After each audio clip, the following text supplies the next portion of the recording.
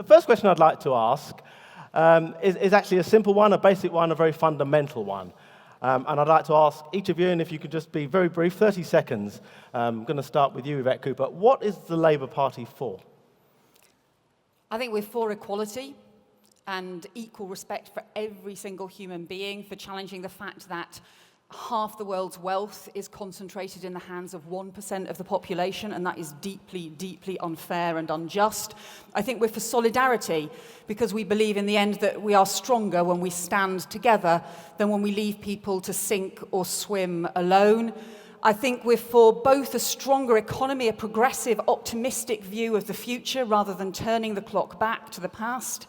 And I think we're for internationalism, because we believe in being an outward-looking, strong and positive country rather than looking inwards towards ourselves. And I think we're for facing the challenges of the future, because the Tories won't do that, and that is why we need a Labour government again. Okay, thank you very much.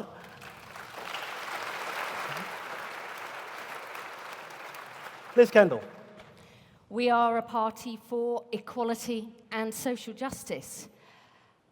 I want to be the next leader of the Labour Party and Prime Minister because I believe your chance of fulfilling your potential should never depend on where you're born, what your parents did, your gender, sexuality, or the colour of your skin.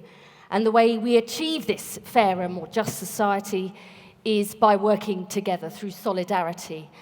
And we are an internationalist party because we've never believed that our values stop at our borders. But we can't put our principles into practice because we lost the election and we face a huge challenge. There's only 24 seats with a Tory majority of less than 3,000, and we've got to win back 94 seats to form the next government. Okay, I'm sure we'll go into that in some detail. Andy Burnham.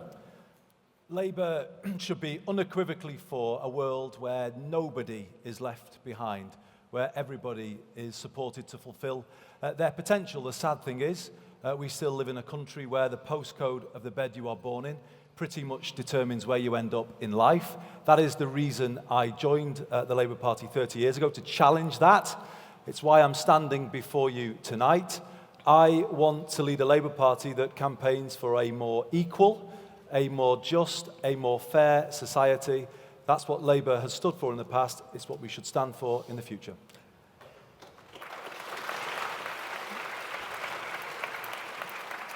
Jeremy Corbyn.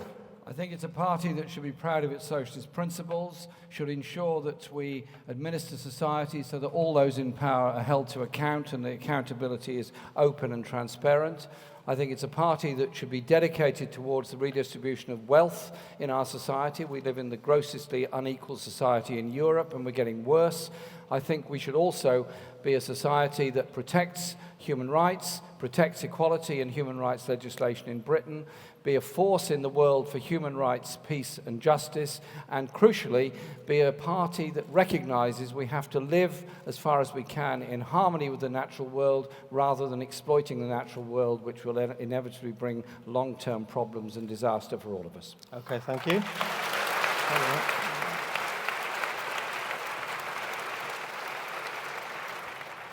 Can you say, Andy Burnham, that this has been a successful campaign? I mean, you're having to go through the new members and find out if there are any Tories there. I mean, it's been a long campaign, so long that I can just about remember being the front runner at one stage.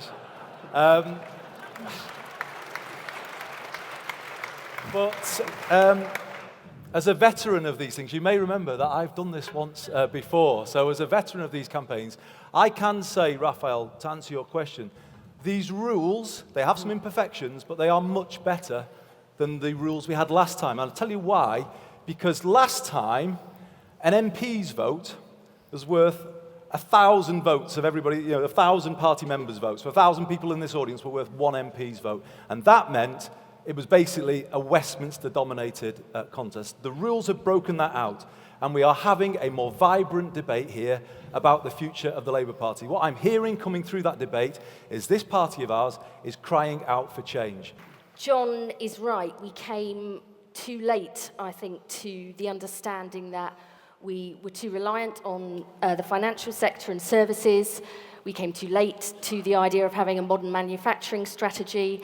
And if you look at countries like Germany, they have far more balanced growth. They have far more medium-sized enterprises that can export. They have vocational and academic qualifications treated equally with equal status. And the truth is the Tories are at risk of repeating the mistakes of the past. We're seeing the house price bubble come back. They've not made the changes we really need on skills, and half of the growth over the last Parliament came in London and the South East. I think we've got to take some very strong decisions that the money we've poured into the banks, what has happened to it, where's it gone, where's it been invested, how much of it has ended up in tax havens and elsewhere. Shouldn't we be getting control of that? So we invested in our economy, the crucial things that are needed, housing, rail infrastructure, other issues like that, so we actually have a growing economy. We have a great many people, highly skilled, underemployed or unemployed, many on zero-hours contracts. We can do things very differently. I'm not saying everything the last Labour government did was wrong, but the one thing they made a huge mistake on was believing you could fund capital investment in schools and hospitals through private finance initiative, of which we're all paying through the nose for now.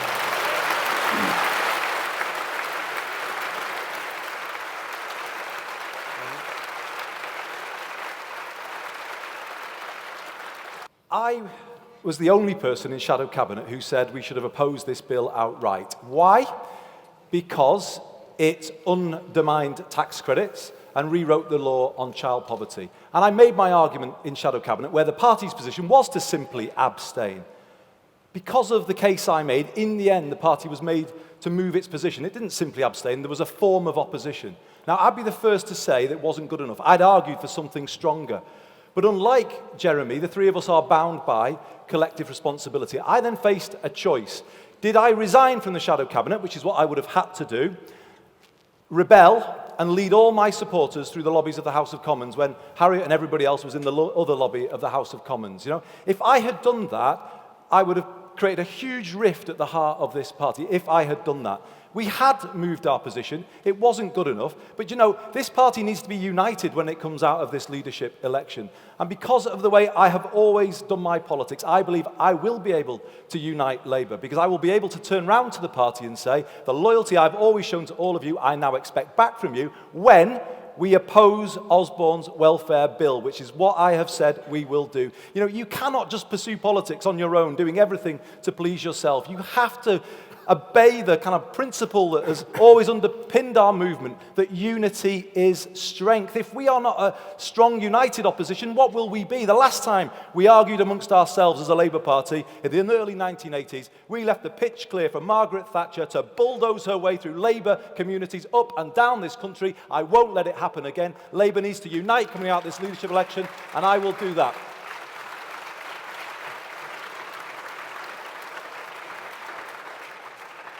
Yvette Cooper, why did you abstain? Well, let's be honest, this was a mess. There's no point in getting around it. And there were actually two votes. The first vote was a vote against the welfare reform bill. It would have stopped it completely if the vote had gone through, but that's got completely lost under the messy compromise over the second vote. It was an attempt to try and hold the parliamentary party together because there was division and different views, but it didn't even work doing that. So I think we should just keep it simple. There's some huge problems in this bill, including the abolition of the child poverty target, which we have got to bring back. It includes what I call the children tax, which says that if you've got 3 kids, somehow that's a real problem, that's a failing on your part, and you're going to be worse off in work just because you've had 3 or more kids. That's wrong. We should oppose it. There's so much in this bill that is a big problem that let's just keep it simple. When it comes back, if I'm elected leader, when it comes back to Parliament, we will oppose the welfare reform bill. Yvette's right, it was a mess. But if we go back to the point that John raised earlier, this is very difficult for us as a party, but many people do not trust us on welfare, and I believe that is one of the reasons why we lost. And so when we oppose what the government does, I think we have to set out our alternative, including how we pay for it. Because the only way we'll regain people's trust on the economy and on welfare is if we can show something different and how we pay for it. So on the cuts to working tax credits, I've said instead of doing that, because that hits poor and low-paid families, Why not reduce the £100 billion a year bill on tax reliefs? You know, that's bigger than the entire working age benefit budget. It's barely even looked at. That's why I've asked Margaret Hodge, who was a former chair of the Public Accounts Committee, to look at how we cut that tax relief bill and how we can reverse the tax credits. Now, if I'd been leader at the time, I would have set out a full alternative, including how we would pay for it. Because unless we do that, we won't get people's trust back on the economy, and they won't believe that we can be trusted with their taxes. Okay, Jeremy, very quickly. The other three abstained. You did not. You voted against. They talk about party loyalty and and that being the reason. Did you not feel that? This bill is fundamentally wrong. And the Labour amendment was wrong as well, because it included with it approval not just of a reduced benefit cap of 23,000 in London, but of 20,000 outside London. And the whole bill is accompanied by a £12 billion cut altogether in welfare spending. And there has to be something very, very different. I think we were wrong to put forward that amendment, and we were even more wrong not to vote against the bill at the second reading, and we should do so, because if we're prepared to stand up for a coherent, cohesive society where social security is a part of it, then surely you've got to be seen to be totally opposed to a bill that is the very opposite of everything that the Labour movement believes in. Okay, I'm going to stop you there because I want to move on. I've thought for a long time that the Labour Party is in a position of historic crisis. It's essentially to do with the fact that the Labour Party hasn't left the 20th century yet. It's still a workers' party, really, in a post-industrial society, and it doesn't quite know what to do about that. And I think that remains, and I'm not sure I've heard that convincingly addressed. It's nice that the sort of tenor and tone of the leadership contest has changed quite a lot, as I kept saying. There's much more sort of fire and brimstone and old-time religion, and I think we should thank Jeremy Corbyn for that, really. I suppose he's done that. I don't know whether Dr. Frankenstein's in the audience, but what kept crossing my mind tonight, really, was that I'd like a candidate with the sort of candour and honesty about the Labour Party's position and its predicament of Liz Kendall, with the deep-seated left principles of Jeremy Corbyn, but we're not going to get that, so I still don't really know what I think.